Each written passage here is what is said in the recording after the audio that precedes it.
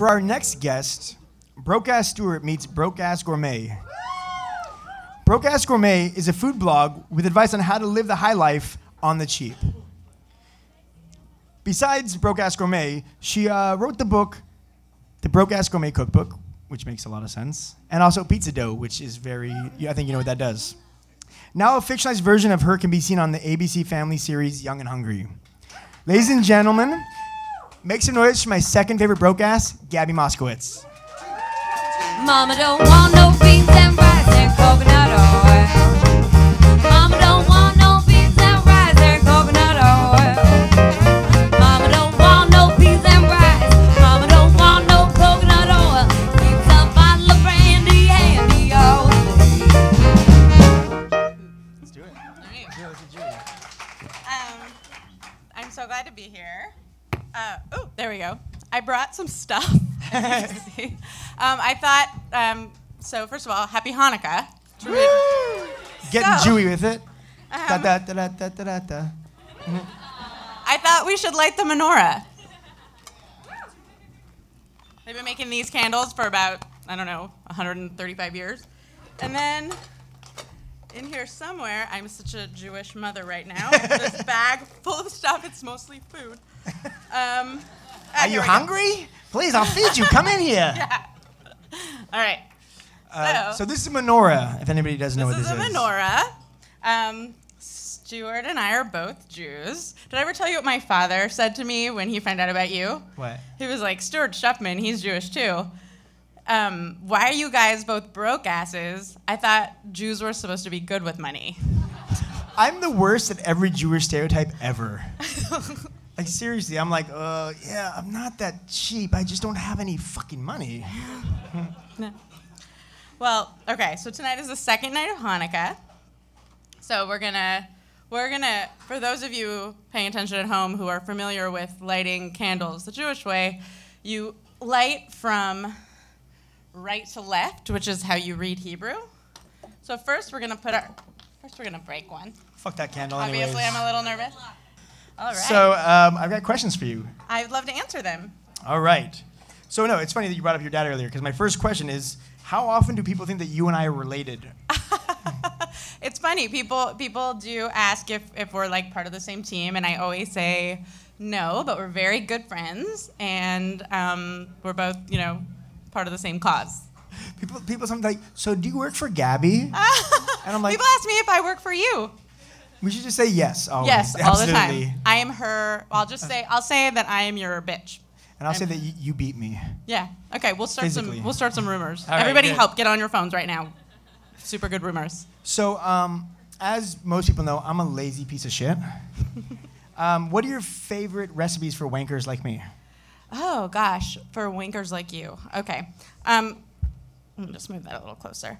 Let's see. Well, I'm a really big fan of making dinner with multiple sheet pans, like cookie sheets, basically. And you can do it all at once. It requires about 5 minutes of paying attention, but I have this chicken recipe that has been doing me well for a really long time. I call it Third Date Chicken. It's in my first book. It's also on my website. And it's just like Shabbat dinner roast chicken. It's like with garlic and rosemary and lemon, salt and pepper, olive oil. You can just smear it all over the chicken, and then you put it in the oven at a high temperature, and you get crisp skin and tender meat, and it's just amazing. And you have to think about it. You have to think to buy the chicken, but after that, Are you intimating that I can't think to buy chicken? Because you're right. Well, most people who describe themselves as lazy don't buy fresh poultry every week. So what percentage of the ingredients in your recipes can be purchased with food stamps? Asking for a friend. No, that's a great question. Well, so my recipes, the commitment I've made on my blog is that no recipe exceeds $20, usually to feed a small group. That said, most of them come in under $13 or so, and probably the best recipes for this type of your friend situation is recipes that are really based on pantry ingredients. So I have this thing on my blog and in my first book called the $50 Pantry. And it's all pantry ingredients. It's like flour, baking powder, salt, a little bit of olive oil, water, that kind of thing.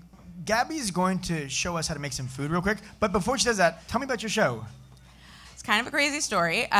So it's a show on ABC Family. It's called Young and Hungry, and it is about a girl named Gabi who is a broke chef in San Francisco.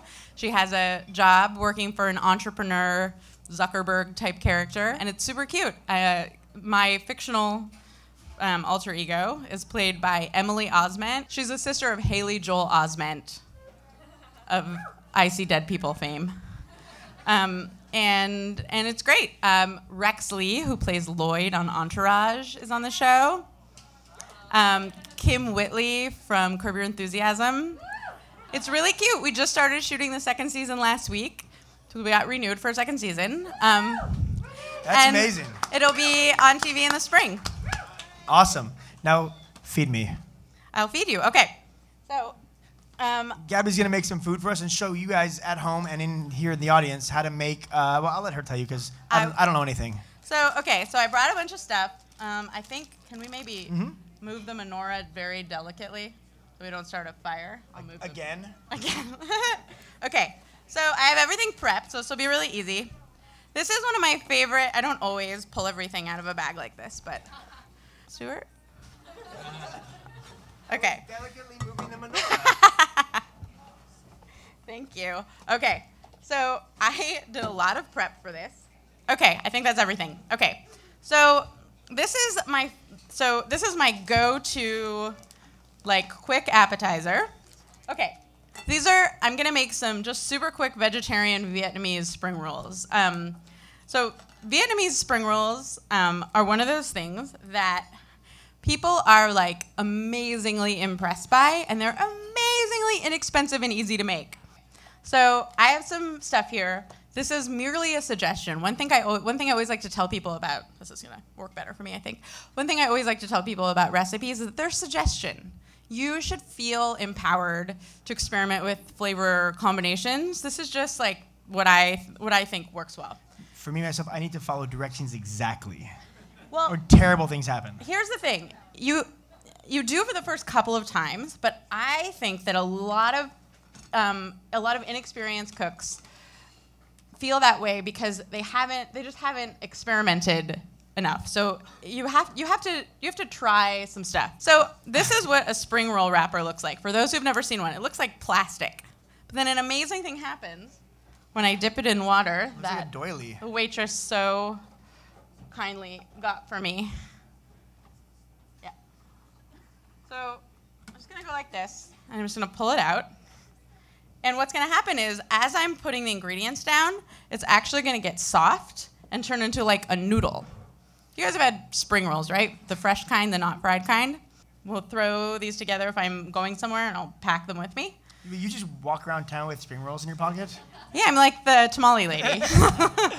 So I'm gonna put some mint down. I really like fresh mint here. Basil works well, cilantro, whatever's cheap or whatever you have on hand. Then I have a few vegetables here. I have some sliced scallions.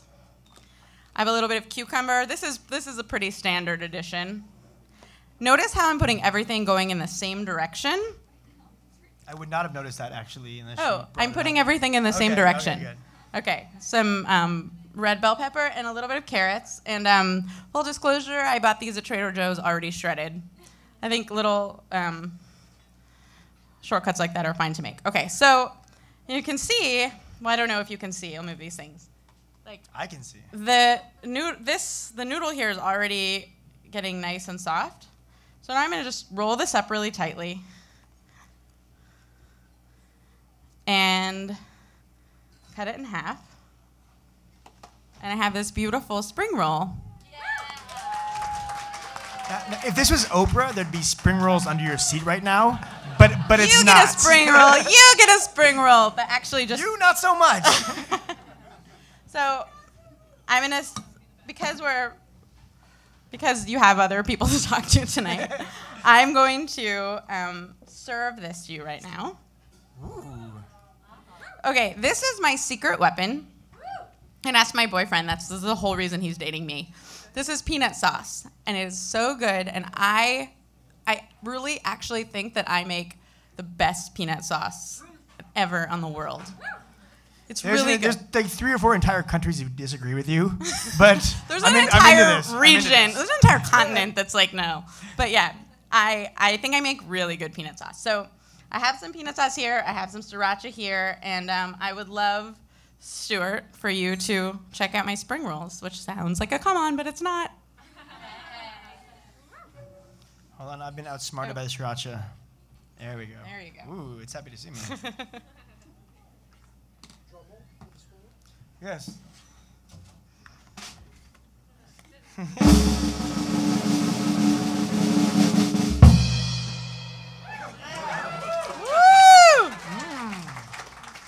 That's good. Thank you. Thank you. Don't watch me eat, guys. It's not the first time I heard that from you. So there you go. It's really easy to make. I got all these things at, well, except for the shredded carrots, which I got at Trader Joe's, at Duck Loy, which if you've never been there, check it out. 18th and Mission, my favorite neighborhood grocery store. It's funny, Mission just had an article today about what's your favorite aisle at Duck Loy. It's a very Mission. Does anybody here read Mission? Yeah. Yeah. Anyways. An article about the Mission, and then it's about an aisle within a grocery store within the Mission. I don't think you get great. more specific than that. Well, thank you so much for being here. Thank you for Your having food is me. delicious, and I adore you. I adore you. Thank you so much. Thank you.